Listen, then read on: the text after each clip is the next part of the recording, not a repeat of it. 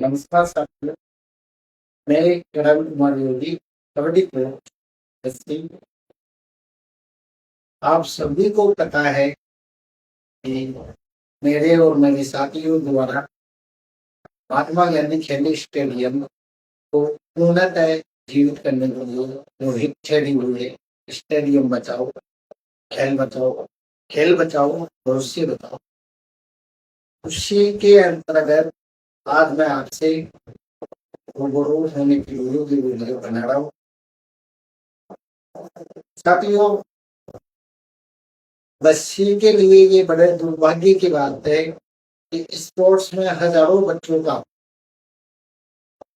Career आज धूमिल होने को हथौड़ों है, क्योंकि हमारे खेल स्टेडियम में किसी भी प्रकार की कोई सुविधाएं अवेलेबल नहीं है। महात्मा गांधी खेल स्टेडियम काफी बीघाओं में और काफी करोड़ों की जमीन होने के बावजूद भी इस स्टेडियम में खेल के नाम पर कोई सुविधाएं नहीं है।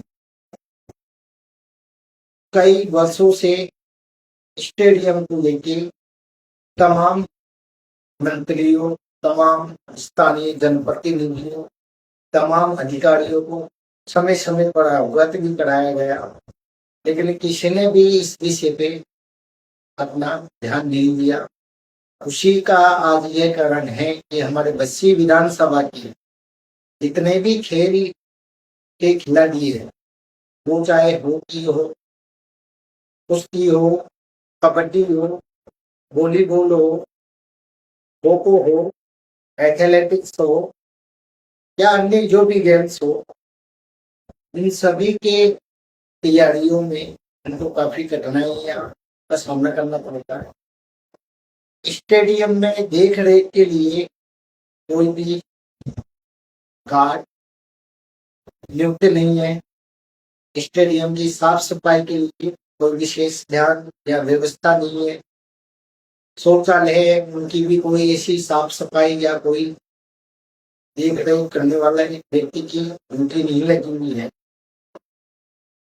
उसी को देखते हुए पिछले 70 दिनों से हम इस मुहिम को चला रहे हैं। स्थानीय जनप्रतिनिधियों से अवगत कराया, उनसे अवगत करवाने के बाद में हमने स्टेडियम के विषय को बस्सी एसडीएम ऑफिस उपखंड अधिकारी के समक्ष अपनी बात रखने का निश्चित किया। उसके बाद हमने सबसे पहले हमारी इस समस्या को उजागर करवाने के लिए दैनिक सम्राट के पत्रकार को बुला के हमारी समस्याओं को बताया कि सर इसमें ये असुविधा है, काफी जर्जर अवस्था में ये भवन है, जो कभी भी किसी बड़े हादसे या जनहानि को न्योता दे रहा है।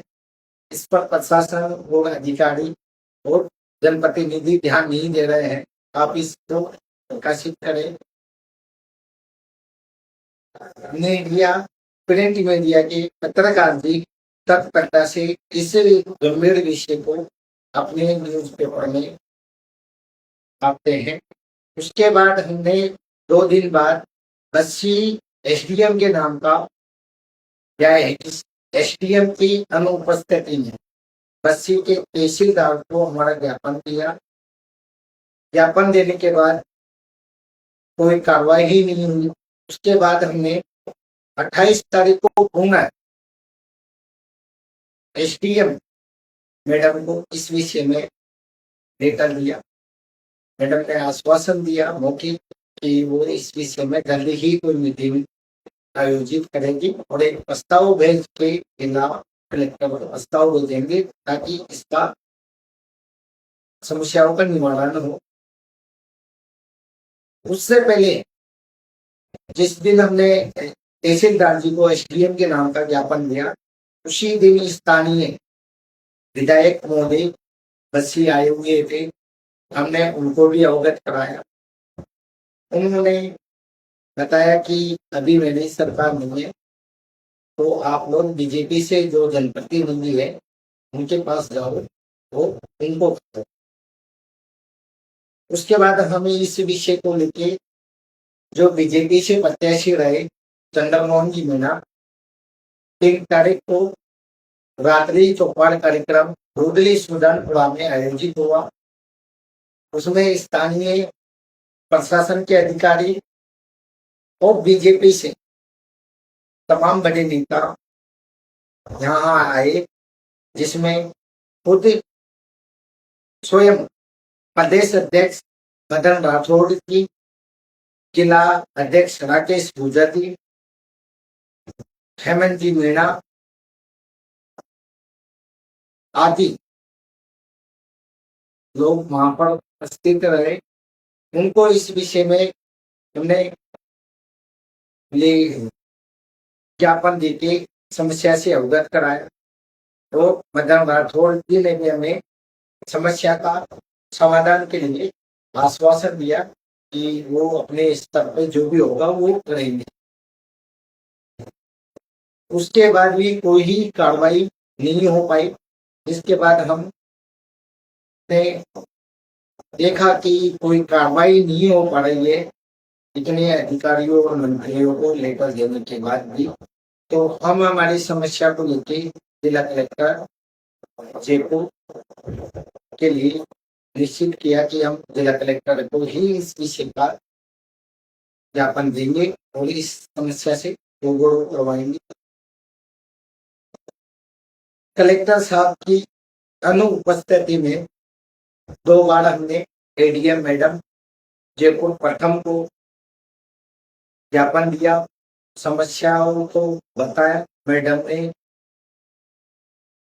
जयपुर जिले के जो खेल को देखते हैं उन अधिकारियों को हमारा वो लेटर भेजा। उसके बाद में हम भी वहां मिलने गए। पहली बार तो वो हमें मिले नहीं, दूसरी बार वो हमें मिले। उन्होंने हमें 19 तारीख तक का 19 मई तक का आश्वासन दिया कि आप 19 मई तक इस विषय में जो भी जरूरी कार्रवाई होगी वो आपको देखने को मिलेगी। लेकिन कुछ कारणों की वजह से वो कार्रवाई नहीं हो पाई। पुनः हम वापिस कलेक्टर ऑफिस गए, वापिस हमने लेटर दिया। लेटर देने के बाद में जो हमारे जयपुर नॉर्थ के अतिरिक्त जिला कलेक्टर थे उनको हमने ज्ञापन दिया। उन्होंने इस समस्या को सुना, तो हमें हमारी समस्या के निवारण का आश्वासन दिया।